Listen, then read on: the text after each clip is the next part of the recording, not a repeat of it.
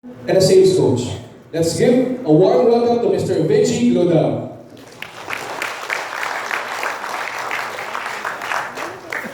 Um, Palakpan po muna natin yung mga host natin. Wow! Good morning po sa inyong lahat. Yan, nag-almusal na sila. Kaya pala ganun yung energy. So, sino po yung gutom? Taas kamay. Konti lang po yung honest. Hindi, joke lang. So, by the way, is it working? Could you read this one po? Pakilabuan po, nababasa nila. So, I am Glodove. So, balakpakan po natin yung mga host. Ayan, ayaw talaga nilang pumunat pa. So, I'm happy and privileged na magsalita tungkol sa generation namin. And mostly sa nakikita ko, mga ka-level ko po, ng mga millennials po. Dalawa lang po ang klase, lahat po tayo millennials. Isang millennials, tsaka phil-lennials. Hindi, joke lang po. Iba po, millennials. Ayan, wala siyempre nga amin. At tahimik. Sir, patakpan ko natin si Sir. Sir Poch po. Kayo po yun. Kayo po yun. Salamat po. Bihira lang po. Ganun kagaling na leader. So, dalas ko pong nagtatalk sa mga corporate events, yung heart ng leader po natin. And excited ba kayo? Parang nung tinawag lang kayo, doon lang kayo naging excited eh. No? Iba-ibang country po so far, no? Ayan. So, it has been a month long kasi I have this friend na nag-train din. Filipiniana naman yung concept.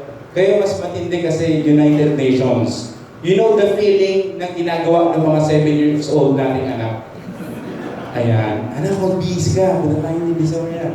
Now you're the one doing that. So, leading the millennials. Pakisabi nga po, millennials. Mas malakas po. Well, I'm privileged again kasi this has been my purpose to tell people ano nga ba yung totoong millennials. Kasi they're full of assumptions, they're full of stereotypes, but allow me to say the good, the bad, the worst, the great about this generation. Are you excited? Yan, sabi niya, are you excited? Yes. But again, the good thing about this one is this is our learning session.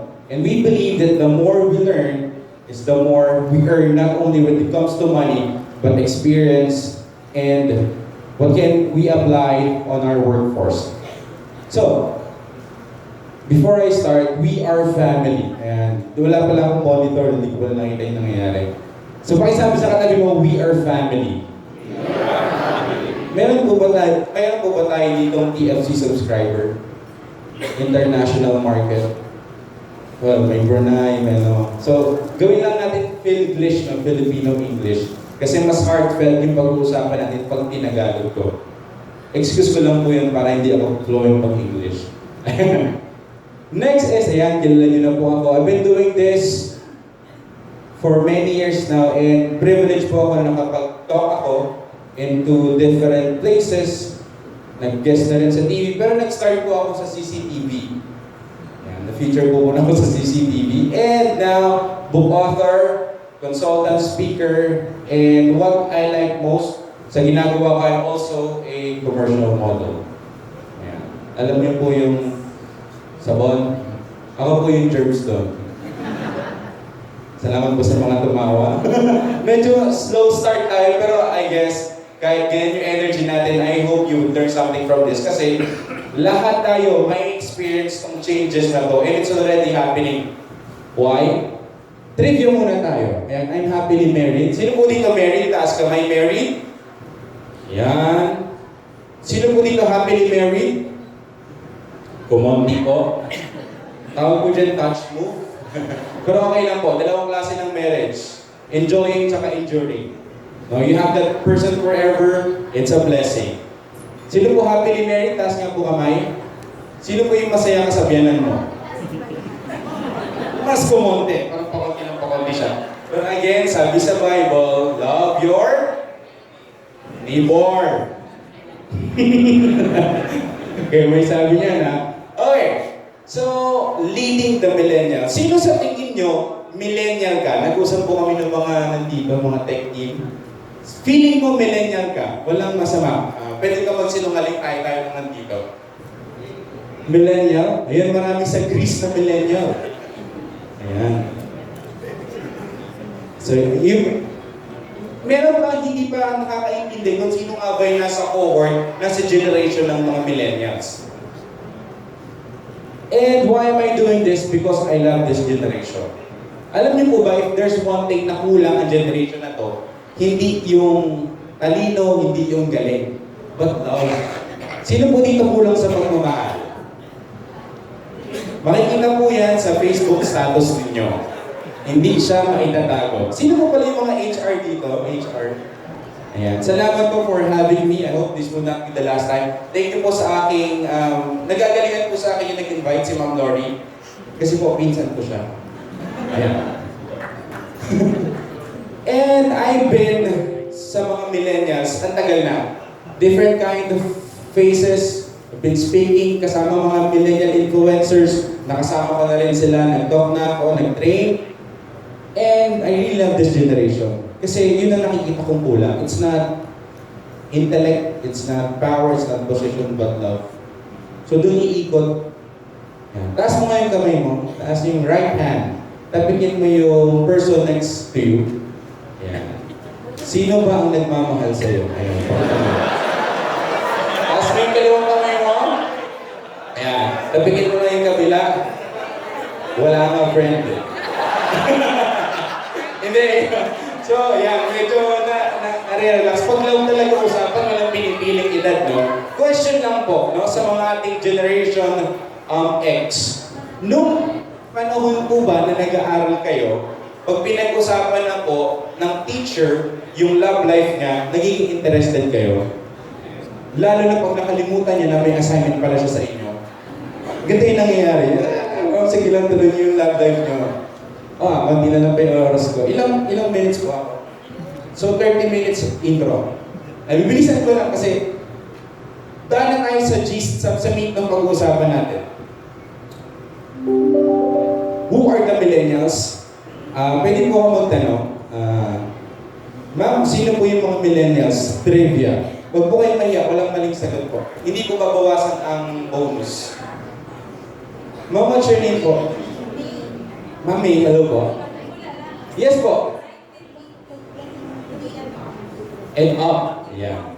Yes. Ma'am, who are the millennials po? Kayo po. Any assumptions? Anything. Once you heard millennials, ano yung pwede yung i-associate the word with regards to millennials? It's good. Kayo, sir po. Pag narinig niyo po, let's go move on to the age. Pag narinig niyo po yung millennials, what comes into your mind? Young adult. Wow, mga positive dito, no? So ituloy ko na kasi konti lang yung oras ko. Ayaw pag-squeeze this game. Ito yung stereotype sa millennials. I know you would agree with me. Somehow this is true. First is, we are lazy. Is it true? Sabi ni Gen X, yes. Tingin sa katabi niyo na Gen Y. Millennials daw are selfish. Agree? Siyempre, no, yung millennials, no, binigay ko lahat. Iniwag pa rin ako. Next is narcissistic. This is a kind of big word.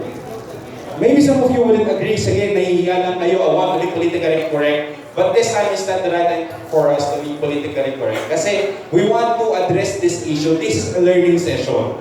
Again, these are the stereotypes. Usually naman, hindi naman gano'ng kagandang stereotypes. Disloyal. Meron bang word na disloyal? Yung yes na yun, ano po ba yung part ng millennial or part ng mahal? Quitter. Well, hard to manage. Maybe one of the reasons why I'm here because yun nga, hard to manage daw ang mga millennials. But, ito po ang totoong millennials. Para lang magkaintindihan tayo. For once, I've written 4 books regarding millennials. At malapit na po yung maging bestseller. Palakpakan niyo po. Ako rin kasi yung bumibili. So, nasa National Bookstore na siya. Ayan. Generation Y or Echo Boomers. Di ba po, baby boomers yung Gen X? So, Echo Boomers din po ang tawag sa millennials. Born in the late 80s and the early 20s. So, pag pang 40 years old, chances are you are a millennial. Sino po dito yung wala ka pang 40? Or dalawang beses ka na nag-40? Sino po yung wala ka pa sa 40, may I know? Okay, it's already happening. It's already happening, guys. In 2025, they will comprise the 75% of the workforce. Would you agree with me? Di ko alam dito kasi this is an American research and usually dito sa Pilipinas nangyayari, ng pabata na ng pabata. Sabi din ni Sir, we are hiring new talents. And this is already happening. Kaya we need to talk about this. Millennials has a purchasing power of $170 billion annually. Alam niyo po ba yung 11-11? Sino po dito yung nag-click? Alam niyo po ba na ang Alibaba kumita ng around 38 billion dahil lang sa 11-11? Ganon kalakas ang purchasing power ng mga millennial. 90% ng mga millennials ay nasa social media.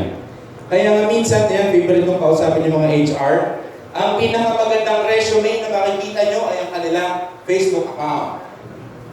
They can never lie on Facebook unless may second account sila. Mga boss na merong hinahandle ng mga millennials, add nyo rin po yung second account. Mas totoo po ang pinopost doon. Okay, ultimate trendsetter. Doon sa panahon po ng mga Gen X yan, sila Agamulak, sila medyo matatanda pa yung trendsetter. Ngayon, hindi na nga Gen Y Gen Z na ang trendsetter ngayon. Mas bata. Kung ano yung ginagawa nila, yun yung definition ng uso. Pabata ng pabata. Susunod ang trendsetter na mga 8 months old, mga ganun, basta sobrang babata na. Next is number 1 prospect for every industry. Maka-sales, maka-workforce, pinipili yung magagaling na millennials. Hindi ko na ito nadaanan, alam niyo na po ito. Meron pa po ba ditong baby boomers pinanganak ng 1946, 1964? Huwag na po kayo magtataas. It's evident, but we love you. Next is, ayan, mga Gen X, 1965 to 1980. Gen Y, Gen Z. Again, meron na po ngayon Gen Z. Sa mga medyo Gen Xer pataas, hindi po, iba po ang Gen Y sa Gen Z. Mga post-millennial po sila. Sila po yung mga YouTube babies. Sila na yung pinanganak na meron ng social media, hindi na nakanalaki yung transition. But ito po ang pag-uusapan natin, mga Gen Y. This is one of the confused generation of all time. Because hindi nila alam kung advanced ba kami or late kami. We also lose our identity. Pag-uusapan natin yung meet nitong program na to. Why do past generation hate this millennial? Totoo ba? Hindi masyado. Mababait kasi tayong Pilipino. Pero I came across with this TED Talk we had of Scott Hess. Sabi niya, why do past generation hate millennials? Because they are jealous. We are jealous. Sabi dun sa edad nila. Why? Look back. Who will win? And about Generation X versus Generation Y. If you could remember this, please, but let's go back to the memory lane. Balik tayo. Naalala niyo po ba? Kasya po ba? Meron pang space? Meron pang RAM? Naalala niyo po ito? Ganito mag-aral ang mga Gen Xers. Right? Yung iuwi mo siya sa bahay, kasi akala mo na din yung assignment mo, pero one sentence lang pala. Right? And sa mga magulang, ito yung definition ng antas ng lipunan. Pag meron kang, ang tawag sa ganito, encyclopedia yung mga brand ng di ba? Nabutan natin ng mga Gen Y, pero pa-transition na. Pero, from encyclopedia, naging what? Wikipedia. Na parang dating kami, hirap-hirap, lilibutin namin yung buong library just to find that answer. Kayo, itatype nyo lang, andyan na. Next one is, ganito yung love team nyo po. Ayan, hindi po namin ito naabutan. Even na, yun nakalagay pa sa notebook, ayan. Hindi ko na po kilala yung iba dyan. Sample lang tayo kung magagaling talaga mga Gen X. Sino po ito? Si Jackie Drake po siya, Facebook friend ko na si Jackie. Ito po.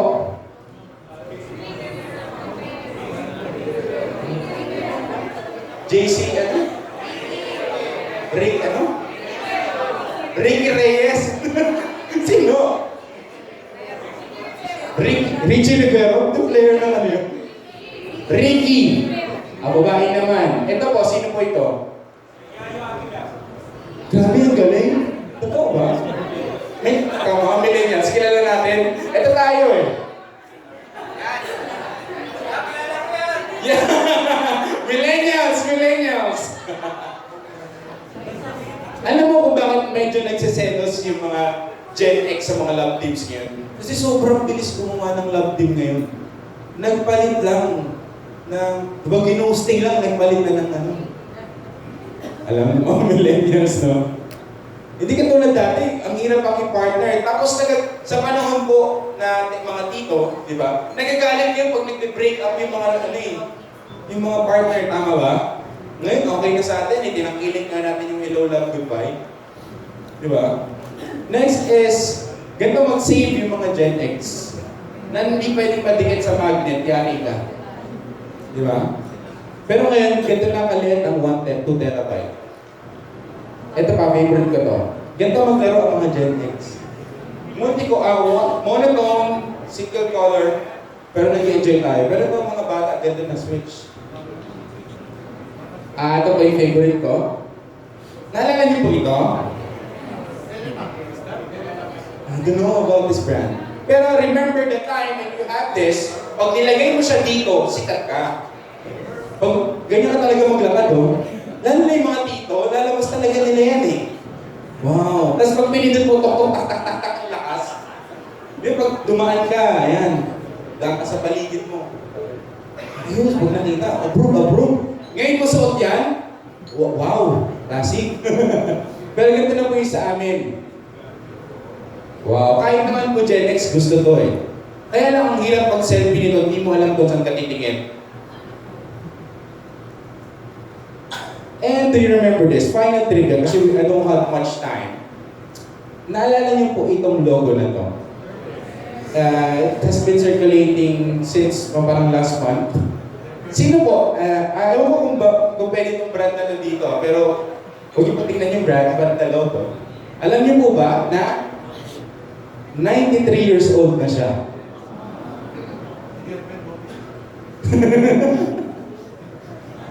So, anong point? Nagmamature ang lahat. Nagpo-progress. And also, we need to innovate our leadership, how we lead people.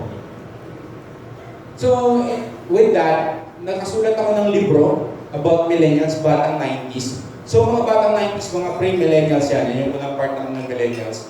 And I have another book called Pagmahal Problems para naman sa mga problema kasi ng ano to eh, ng maraming millennials. Tandaan niyo po, pag sira ang puso, sira ang buong pagkatao.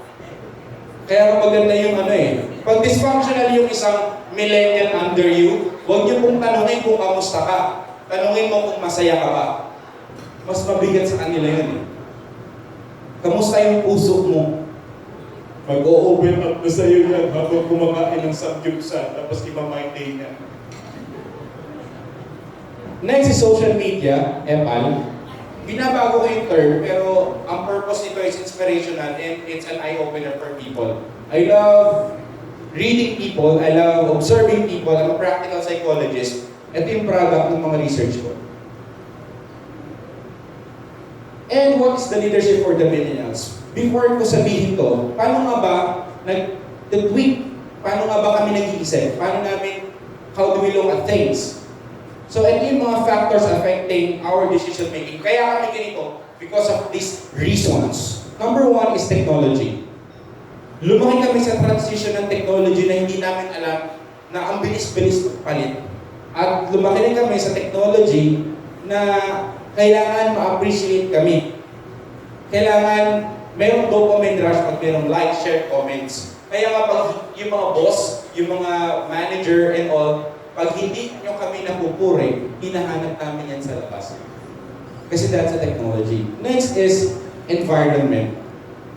Iba na ngayon yung environment, kaya mas maraming millennials na mainisin. Sa panahon po ng mga titos at titas, wala pa pong traffic. Sa panahon niyo po, mura pa po ang bilihin. Medyo may match pa ang presyo kesa sa sahod. Presyo ng bilihin kesa sa sahod. Kaya kami ngayon mainisin lagi, presyo lagi stress. Kasi ito yung environment na kinalalagyan namin ngayon. Next is media. Nagbago yung culture ng mga kabataan kasi kumunti na yung cartoons na mayroong values. Lumaki na kami na ang pinapanood namin kasabay po ninyo ay ang mga reality show na kailangan namin mag-pretend, kailangan namin mag-fit in kasi kasama namin kayong nanonood. Pansinin niyo po, di ba mga millennials, lumaki tayo, may Sarah, may Sedi, may Mojango, pero nawala na yun eh. Kaya mas malala ngayon ang post-millennials, yung mga Gen Z. And favorite part ko to, I think I could, sana may time ako to discuss this, parenting. We are product of mga millennials is parenting. So, delve lang ako dito sa parenting. Factors of parenting, busy parents. Lumaki ang mga millennials na busy ang kanilang parents. Why? Kasi mas masarap magtrabaho kasi mas maliit na yung sweldo. Mas marami ko pang naiipon. Kaya nga po, ang mga millennials ngayon, by default or by ratio, mas konting nabibili property kasi sobrang mahal na. Pero dati, kahit mag-busy-busy ka, kayang makompensate ng business mo yung result mo sa buhay. So, walang time. Sino dito yung millennials? Again, millennials. Agree ba kayo na lumaki kayo na busy yung parents nyo? Yung iba hindi. Pero mga hindi. You're so privileged. Ako po, lumaki ako na busy yung parents ko. At hindi rin po ako napalaki na magulang ko ng maayos, kaya ganito lang yung height ko. Next is broken marriages. Nung time na mga titos and titas, di ba nakakahiya pa ang broken marriage? Tinatago mo pa. Ngayon, bata pa lang alam na nila na broken family sila. Kaya ganyan decision making. Kaya parang kulang sa attention, kulang sa appreciation because of this thing. And broken marriages leads to single parenting. Nagkakaroon din ng, allow me to say this, not my word, nabasa ko lang, nagkakaroon ng gender identity problem. Hindi nila alam kasi yung leader na dapat role na ginagawa ng tatay, nakikita ng nanay. Nakikita nila sa nanay nila. Pero yung mga motherly skills, nakikita naman sila sa tatay kasi broken marriages niya, single parent. Kaya parang anong sa bakong lulugan? And this is my favorite. Everyone, I assume, merong father's wound. Pwedeng maliit na sugat, pwedeng malaki sugat. Everyone has a father's wound. So, malalim to, pero next time, follow niyo na lang po ako para pag-usapan natin to. And, sabi ko nga, we don't like to be managed, but we need to be mentored. Anong point ko doon? Since nasanay nga kami sa alam namin na hindi na-manage namin yung sarili namin on our own because of the busy parenting, because of what is happening in the environment. We don't like to be managed, but we want to be mentored. Kaya lang, may misconception kasi, may pre-judgment ang mga Gen X na ayokong turuan yan, matigas ulo niyan. No, kaya mo kailangan turuan yan kasi matigas ulo niyan. Makikinig kami pag nakakonect kayo sa amin. So, this is yung heart. How do we lead millennials? We don't follow intellect. Regardless kung graduate ko pa ng De La Salle Ateneo, we don't follow intellect. We follow example. Kahit graduate ko pa ng Harvard, lahat. Pero if you're not leading by example, kaming mga millennials, hindi kami susunod. Mahihirapan kami sumunod. Kasi sa panahon ngayon, di ba, hindi na ino-own ng school ang mga top-notch. Mga top-notch, hindi na lang palaging ganitong school, sa bar, sa doctor, sa CPA, iba-ibang school na. Naging fair and playing field. Pero ngayon, we follow example. And if there's anyone, gusto ko na example yung one of my mentors in my life. That's attorney, pastor, businessman, Eric Fernandez. Kung credentials lang, mas matagal pa siguro yung credentials niya bago dun sa pagsasalita niya.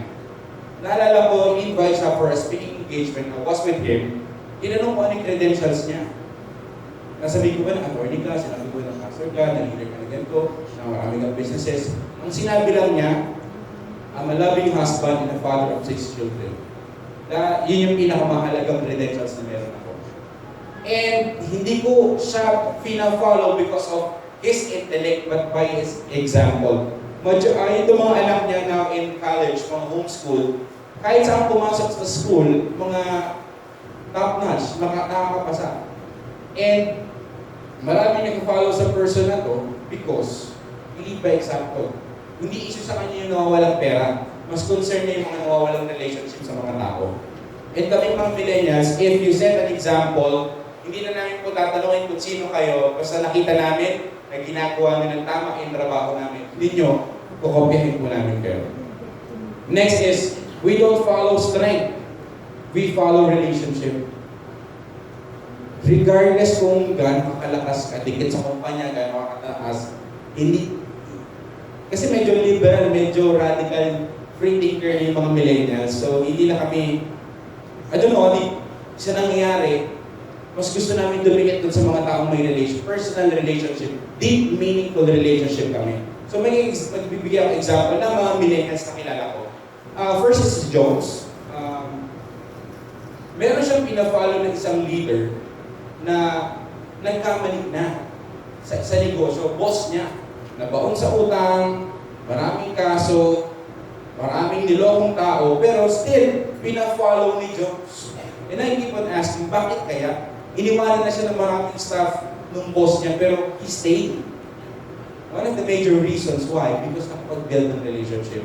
Sa mga boss, sa mga Gen X, or kahit na mga Gen Y na rin na nasa position of leadership, we must learn how to build relationship if we want to be followed.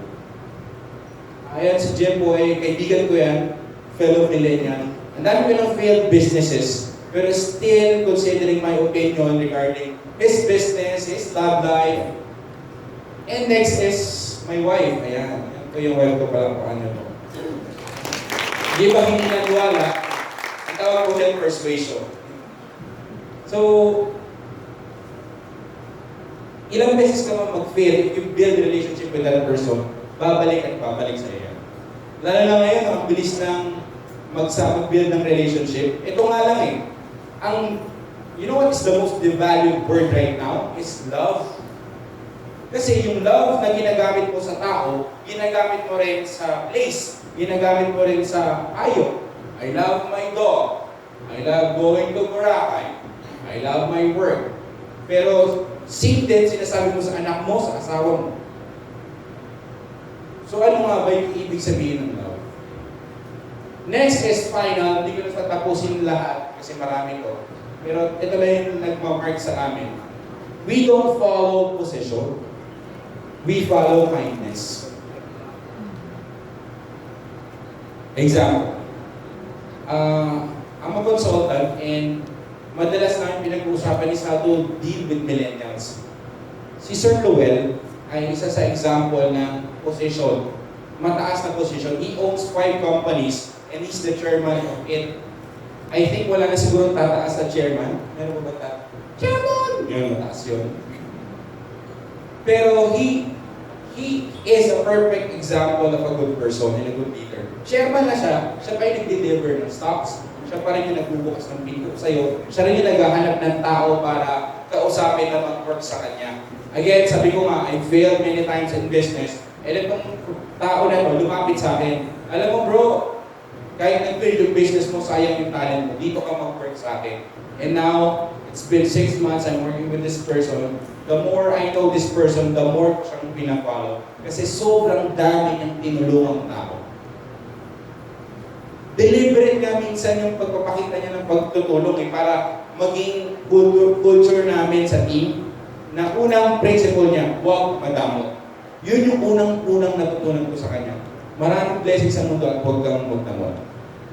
Learning so far, salamat po sa 5 natuto. At least merong 5. Na-appreciate ko yung sinabi ni Sir, kahit isa lang ang makuha nyo ngayong talk na to, makakatulong sa inyo. Kayo po mga millennials, may natututunan. Agree ba kayo mga millennials? Sa pinag-usapan, hindi pa ka-oo. Mamaya sir, magte-text ako sa'yo. And again, to review, we follow example, relationship, and kindness. Sabi ni John Maxwell, kilala niyo si John Maxwell? Yung iba kilala siya. Pero okay lang, kung hindi niyo kilala si John Maxwell, the feeling is mutual. Hindi rin niya tayo kilala.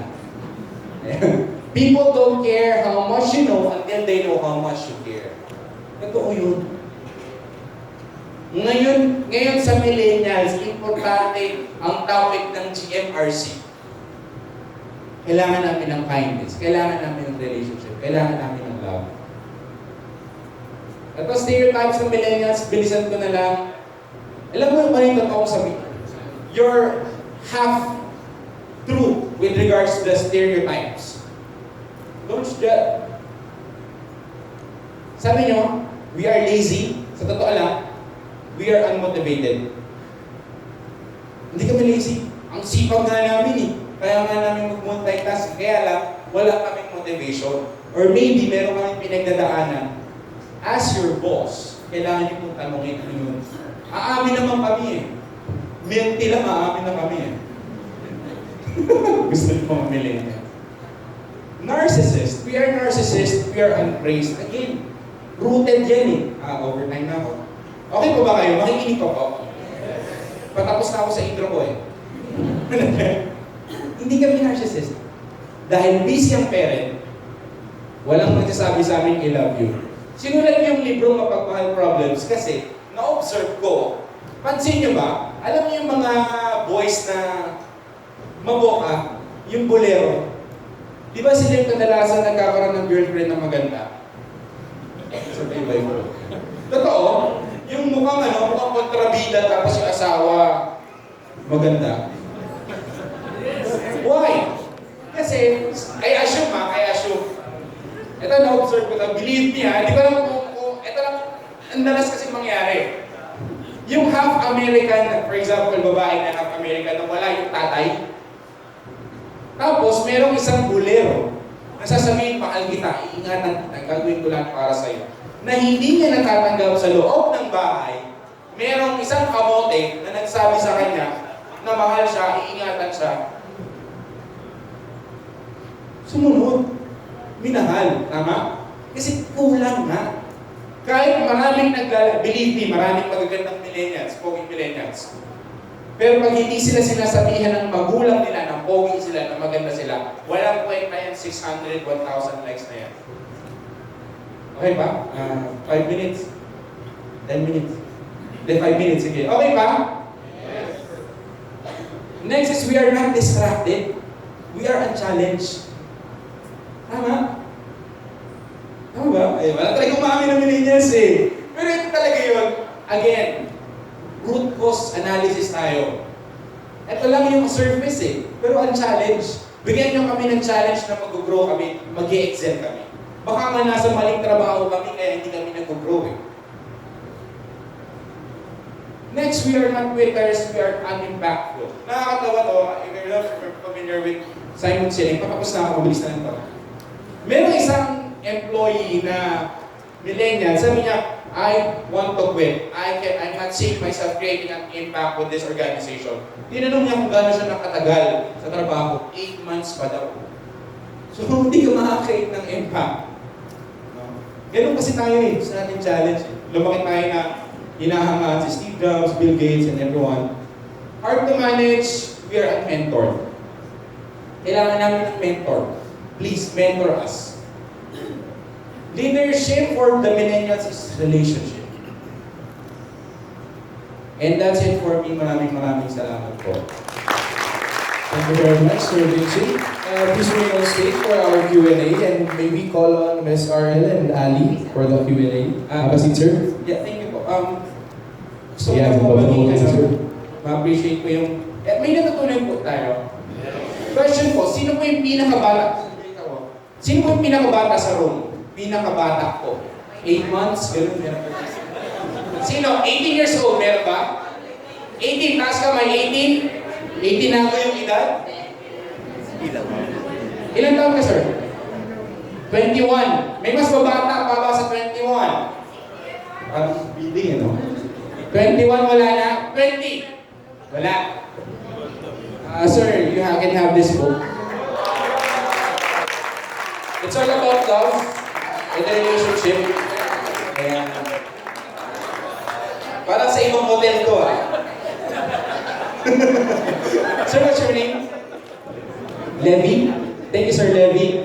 Sino naman po ang pinaka-tenured? Sino po? Parang mahirap na. Magpagawin po kayo. Joke lang. Sino? Last na to? Sino po? Sino daw? Ayun, tumayo na sila. Ilan taon na po kayo, ma'am? 61. Parang, Ay, na-appreciate ko sila ang daming pumalak po. Ma'am, ito po sa inyo, understanding social media culture ng mga millennials. Salamat po. And thank you for your service for the company. Salamat po. Para lang po mukha yung book. Salamat po. again, for your questions, yung mga may questions, you may access our slido.com. You may join by scanning your QR codes na makikita nyo dun sa mga welcome kits nyo. Wow, we're going digital. Yes. Mga millennials kayo. Sir, yes, pala niya. Agree naman kayo sa pinag-usapan natin. Yeah, so you may also approach the mic in front for any questions to our speaker. Any brave soul? Yes, si Sir Paul siya po ng Yes, may sir. question. Ready ka na sa tanong siya. Sir, sisikip yan pag kumain na kayo. Question. So I've worked a long time with different talents, including millennials, no? And I've seen successful people, successful Yes. teammates, and unsuccessful. And for me, actually, the successful ones and the unsuccessful ones, regardless of the generation, Yep. display similar qualities. Yep. No? So yung sa we are portion doon on the right side. So yung sa millennials, we are unmotivated, unpraised, unchallenged, unimpactful, Yep. unmentored. No? Yep. For me, actually, those sound like victim mentalities. Yep. Na you are waiting for an external force to act upon you to become successful. Yep. And I don't believe all millennials are like that. Yes, yes. I believe the successful millennials, while they might feel that, they overcome it. Yes. And the unsuccessful ones feel that, Yep. but remain Yeah. a victim. Yeah. What are your thoughts on that? You're correct, sir. And I'm dealing with the stereotype. Once you say this to the people under you, it's because of these reasons. Pag nakita mo na they are quitter, maybe because they are not challenged. This is not an absolute truth, by the way. But these are the reasons why we act like this.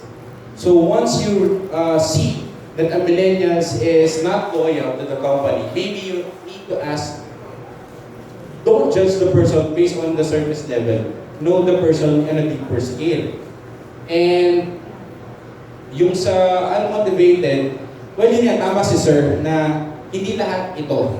Pero hindi na po progress yung millennials kung mananatili na ganito. And also, why am I saying this? If you experience this to my fellow millennials, it's because kailangan natin i-overcome to. The distance between our success and from what we are right now is these challenges. Kaya nga maganda rin na sinabi ni Sir yon para sa ating mga millennials. Para ma-overcome natin. By the way, sir, I am number one example of this. Broken marriages, lumaki sa hirap. Lumaki na may ADHD. Lumaki na maraming bagsak sa school. And mag-schoolmate ba tayo? Bulacan. Yes. Ka-schoolmate ko siya. Yes, hindi mo na ako namukhaan kasi hindi ako pinapansin sa school. Lagi akong bagsak, ako yung muling umuwi.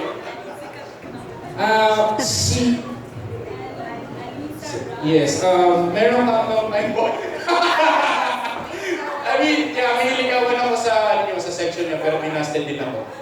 So, ako yun, sir. Ako yun. Unmotivated, unchallenged, walang direction sa buhay.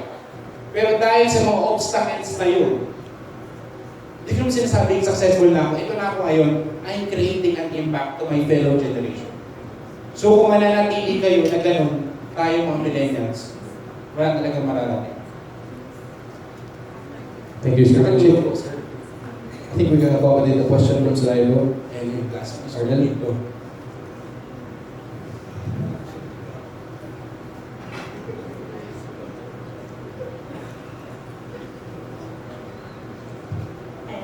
So, Juwet po kayo, Juwet. Mukhang, pala natin performance. Joke. So we have a question from Slido. So as a millennial with a Gen X boss, how can I influence my boss to be a better motivator? Oo nga, no? Pero, again, lahat na-handle ng communication eh. Again, social media can provide communication but not connection. Pwede kang you can provide connection pero not communication. For the millennials na merong for the term horrible boss na pinapost mo sa second account mo, yung totoong ugali niya, first is be honest with him or with her. Sabihin mo, ma'am, I don't like what you did. First, i-acknowledge mo yung position niya. I respect your position. I know I'm under you. Ma'am, nasaktan or may nasabi kang hindi maganda, again, lahat na ayos ng communication. Basta huwag ipapatulfo. Don't be snowflakes. Ayan, schoolmate. Okay, so we have another question from the audience. So as the millennials are nearing their 40s, are their stereotypes not changing? Again, sa mga millennials, ito yung issue eh. Hindi naman kasi dapat masaktan sa mga stereotypes. You know yourself better more than other people. No? So, kung 40 ka na, tapos sa tingin mo, nasasaktan, am I correct, no? Hindi ko alam kung tama yung sagot ko, pagkakaintindi ko sa tanong. Pero, if you're 40 years old, and nasasaktan ka pa sa mga stereotypes, may problema na sa, confidence mo. May problema na sa'yo. And, tama si Sir, gawin mong challenge yung mga stereotypes na meron ka. No? And sabi ko nga lagi ko sinasabi sa mga talks, sa mga videos, sa mga vlogs na ginagawa ko, hindi mahalaga kung ano yung sinasabi ng ibang tao. At the end of the day, ano yung sinasabi mo sa sarili mo kasi palagi kang nakikinig. Do you know 80% of the time you are talking to yourself, from the clothes you wear, to the food you eat, kung mag-grab ka mo or mag-aangkas ka ba, you're talking to yourself. Paano kung ganun mo na lang usapin sarili mo? Baby, ganyan. So it will not work. Learning. Tanong kayo, personal question. Love life. So next question po from Slido. So dito din tayo sa last. Paano ka papasok sa mundo ng millennials? Second to the last question. Nasa loob na po kayo ng mundo ng millennials, mag-a-adjust na lang kayo. Hindi, ito na yun eh. And ito yung, ang tanong natin, paano pumasok sa mundo ng Gen Z? Kasi kahit tayo millennials, naiinis na tayo sa mas bata sa atin. Cycle lang po yan. Alam niyo po, yung mga Gen X, naalala yung mga baby boomers, kayo yung pasaway, kayo daw yung Gen Prox. Naalala niyo, sa inyo ginamit yung term ng Gen Prox eh. Paulit-ulit lang po yan. Kaya nga po matatawa na lang tayo na naiinis yung Gen X sa Gen Y.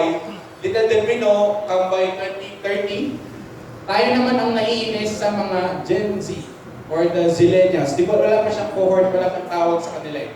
So paano pumasok sa mga millennials? Pasok na po tayo, ang gagawin natin, mag-adjust. Build the relationship. Build the relationship. One person at a time. So for our last question, so what is the best option that you can share on handling millennials when you yourself is a millennial? Build the relationship. Promise. Everything. Sabi nga ni Maya Angelou, the rest, it's all about relationship, the rest are just details. Hindi nagbabago yun kahit anong generation. It's all about building relationship. Alam niyo po, kaming mga millennials, hindi ko alam kung totoo to sa inyo, pero sa mga kaibigan ko, konti lang ang totoong best friend nila. Hindi katulad ninyo po, mga tito-tita, naiingit kami, kayo pa rin nagmi-meeting, nagkikita-kita. Pero kami, hindi. Ang bilis kasi namin gumawa ng kaibigan, pero ang bilis namin mawala. Konti lang ang best friend namin. So, makakatulong kung mag-build kayo ng relationship or tayo mga millennials, we build deeper relationship with one another. So may pahabol pong question. Apo. Siguro galing to sa Gen X. Okay po. Ayan. So why are we so very much concerned? Nasaan na yung question na yun? With, Nawala na yung concern niyo. parang, bakit tayo mas concerned sa millennial kung may mas marami pa rin naman Gen X? Again, we're talking about the future. Magiging dadami ang millennials. And kasi nga, kung mapapansin nyo, lagi nyo marinig, lagi narinig ng millennials, millennial yun, kaya ganyan. Kaya ako nandito, kaya gusto ko rin itong sabihin sa inyo, is because hindi natin mapipigilan na dadami ang millennials sa workforce. We need to be concerned. And mas lalala pa po ang bagong generation kasi masyado na tayong disconnected, masyado na tayong compartmentalized. Naalala niyo yung mga bata? Tayo, di ba naglalaro tayo sa labas? Ngayon, ang patintero ngayon, sa cellphone na lang. Meron ng mataya-taya ngayon na up sa cellphone. Yung tatayin yung kalaro mo, 5 kayo, kasi hindi na kayo gagalaw sa bahay. Anong point ko? We need to deal with this one now. Kasi lalo lang lalala. And again, maraming kayang gawin ng education, ang knowledge. Mas maiintindihan natin yung bawat isa kung pag-uusapan natin. We need to be concerned. The question is, hindi issue yung concern eh. Kailangan concern. But the question now is, paano ba maging concerned for the next generation?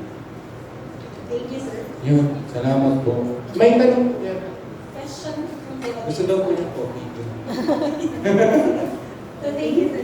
Sige. So, Thank you po. I know that we have a lot of questions for Sir Vinci, pero email na lang po namin sa kanya so that he can respond to the remaining questions. And thank you again, sir, for imparting your knowledge to us. Please remain on stage. And thank you also to Arnel and Abby for assisting us for the Q&A portion. So, to also award the Certificate of Appreciation, we would like to call on Sir Poch, Miss Viola, together with our manufacturing directors, Sir Paul, Sir Alan, Sir Lau, and Sir Norman to come on stage.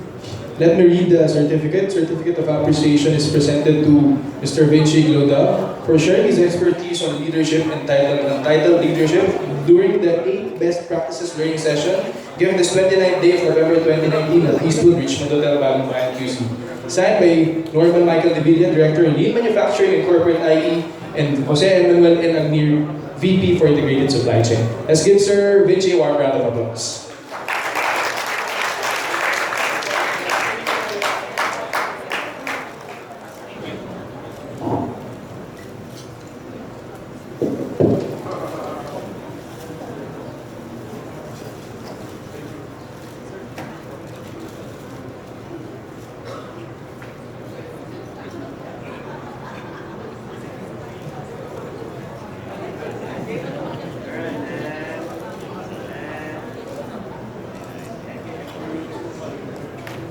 Alright, thank you so much again to our speakers, Sir Poch and Ma'am Viola, and our directors. And at this juncture,